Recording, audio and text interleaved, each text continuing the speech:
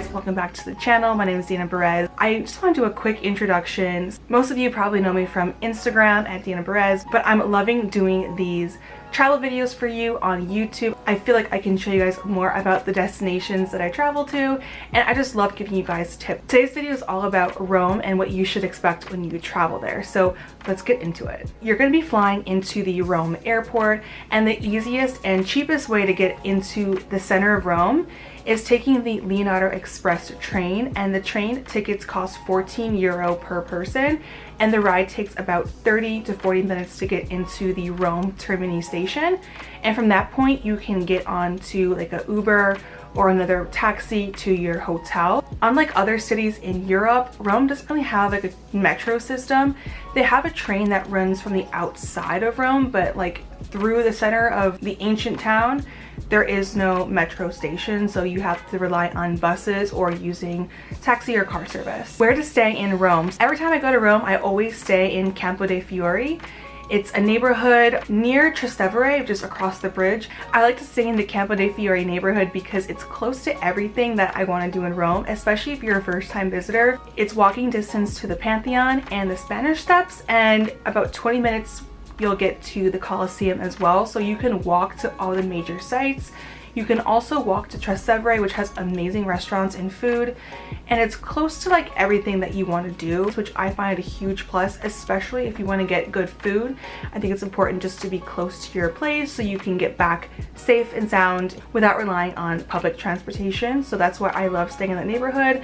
And I found Airbnbs in that neighborhood to range from $100 to $200.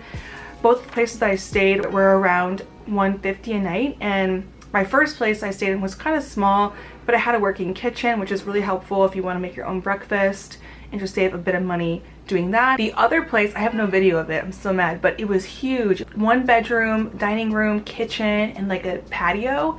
I can leave the links down below, but it was a really cool place, and that ranges about $150 a night, and it was totally worth it. You can also find hotels in Rome as well, but I find the Airbnb to be a bit cheaper.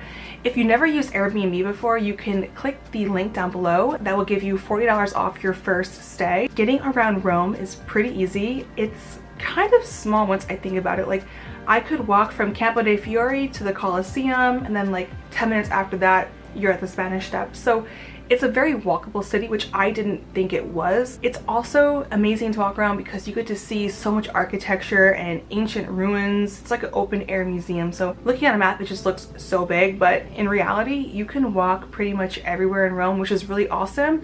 If you don't want to walk, you can definitely take a taxi. The taxis take credit cards. Just ask before you get in, because I took a taxi but he didn't take credit cards, so we had to like find euros in our pockets. Definitely just communicate that before you get in the taxi. And the taxis there aren't too expensive either. I think it was like €10 to get from Campo dei Fiori to the Colosseum, which is kind of expensive, but if you don't want to walk, that's always an option. You can also take their buses. Buses for me, I just like never been comfortable taking buses in foreign cities. I just think it's so hard to figure out, but you can definitely take buses, and they have kiosks on some stations right outside the bus stop, so you can get your tickets before you get on. Other than that, I'm not too familiar with the bus system in Rome. What to do in Rome. So if it's your first time in Rome, I would highly recommend taking a guided tour around the city of Rome by using electric bikes. So I took an e-bike tour through the Roman Guy, and it was about a 4-hour tour, and we literally saw everything in Rome in one day, which is so cool. And it also gave you the lay of the land, so the next day when we were traveling, we kind of knew what to expect, and it also check marked all the major sites that I wanted to see anyway on a bike. So we got to see the Colosseum, the Trevi Fountain, Spanish Steps. We biked through Piazza Navona, and we learned about the Jewish neighborhood, and the electric bikes was so much fun. If you never rode an e-bike, it wasn't scary, and it was really cool. Like, you have a tour guide, so it's not dangerous, and it's just so cool to see it on bike, and you get to see so much in 4 hours. So I highly recommend that tour from the Roman Guy. Another tour that I recommend is doing a Colosseum tour. I also did that with the Roman Guy as well, and I took their Belvedere tour, which gives you access to the top level of the Colosseum, which is private. So it was a group of 12 of us, and we got to see the Colosseum without tourists or people bumping into you, and you got to see it from like a bird's eye view, which is so cool. Highly recommend that tour as well, and you get to learn more about what happened inside the Colosseum that you wouldn't do if you have a general admission ticket. And another big plus, you get to skip the line getting into the Colosseum. I know that's a huge thing. If you don't have a tour, you could wait up to like 2 hours, especially during high season. So if you don't want to wait in line and waste time doing that, I would recommend taking a tour, and that tour is $70 per person.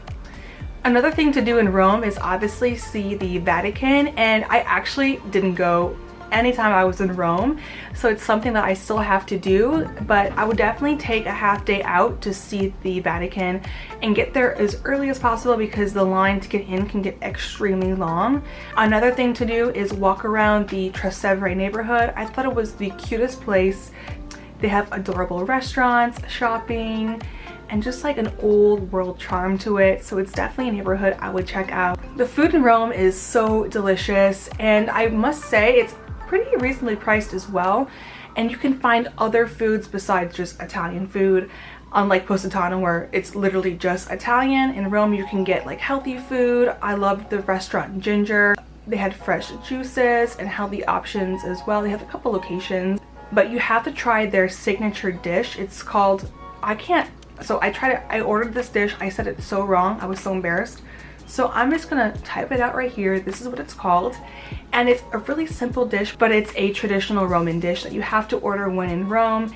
A neighborhood where you can find a lot of cool restaurants would be Trastevere. It has like this old European charm to it, and they have a lot of al fresco dining and just very like traditional places to eat. Honestly, if you walk around, you probably find something. A popular place to eat there is called Pim's Good, and it's more of like a bar, and they have like the cutest al fresco dining area, which I thought was so cute. Beautiful ivy. So the shopping district in Rome would be right by the Spanish Steps. So they have Via dei Condotti, which is like all the high-end shops. You can find Prada, Gucci, Ferragamo, all those. You can also find non-luxury stores in that area as well. So these are just some tips in general when visiting Rome. So the streets in Rome are very narrow and they're made of stone. So number one, your suitcase will take a beating when you're walking with your suitcase. I felt bad for mine because I was like, wow, if these wheels last through this trip, it's a good suitcase, and they lasted. Okay, so if you want to like do work in a cafe, like in New York, like you bring your laptop, there's like coffee shops everywhere.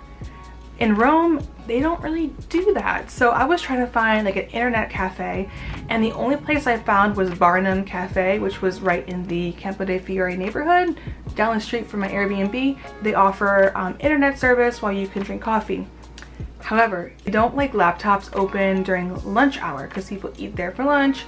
So there really is no cafe culture in Rome, which I found not surprising, but I'm just used to it in New York. So when crossing the street, I noticed that they don't really stop. Like, you have to kind of just go and then they'll stop. Because I was so confused. I was like, is there a light? Can I cross the street? So don't wait. I think you kind of just have to hold your hand out and walk across the street and they will stop. So a lot of you guys were asking me on Instagram how I got my Trevi Fountain picture to be empty, and that's because I woke up at like 6 a.m. to get there. My alarm went off at 6. I didn't get up until 7, so I actually got to the fountain around 8 o'clock, 8:30, and it was still pretty empty. It was on a Sunday, but there were still people there. Otherwise, at like 3 o'clock, it is insanely busy. It's like crowded as ever. You won't even get your picture. You won't even get a picture of the fountain. You can't even see it. So if you want a Trevi Fountain picture, get there super early. Also, the Colosseum picture that everyone gets is on a street right above the Colosseum metro stop, but you can get that picture at like 5 o'clock, 6 o'clock, but you have to just wait your turn for people to get off and on the rocks. The coolest thing about Rome is they have water fountains all over the city that you can literally put your water bottle under and get like free delicious water. I find that awesome because Rome gets super hot, and all you need to do is bring a reusable water bottle and you'll be hydrated throughout the day. But my last point is going to be about safety. I never had a problem in Rome at all, but I know people who've been there who got their backpack sloshed. I think it's really important when you're near the Colosseum, when you're near the Trevi Fountain, when you're near the Spanish Steps, the Pantheon, to be very aware of your bags. in those areas, definitely put your backpack in front of your body. Make sure it's washed at all times. I think those are the areas where you probably just need to be extra careful, but like there are other streets in Rome, I didn't find it to be unsafe. I honestly didn't find the Colosseum to be unsafe. It's just people do try to sell you things and trick you, so just be very aware when you're in those areas, and you should be fine. And if you have any other questions about Rome, please let me know. I love doing these like travel videos to give you more insightful information about the destination you are traveling to. I'm working on one for New York, so if you like this video, please subscribe, comment, and like, and also follow me on Instagram because I post on there every single day. That's it for my Rome video. Have a nice day, everyone.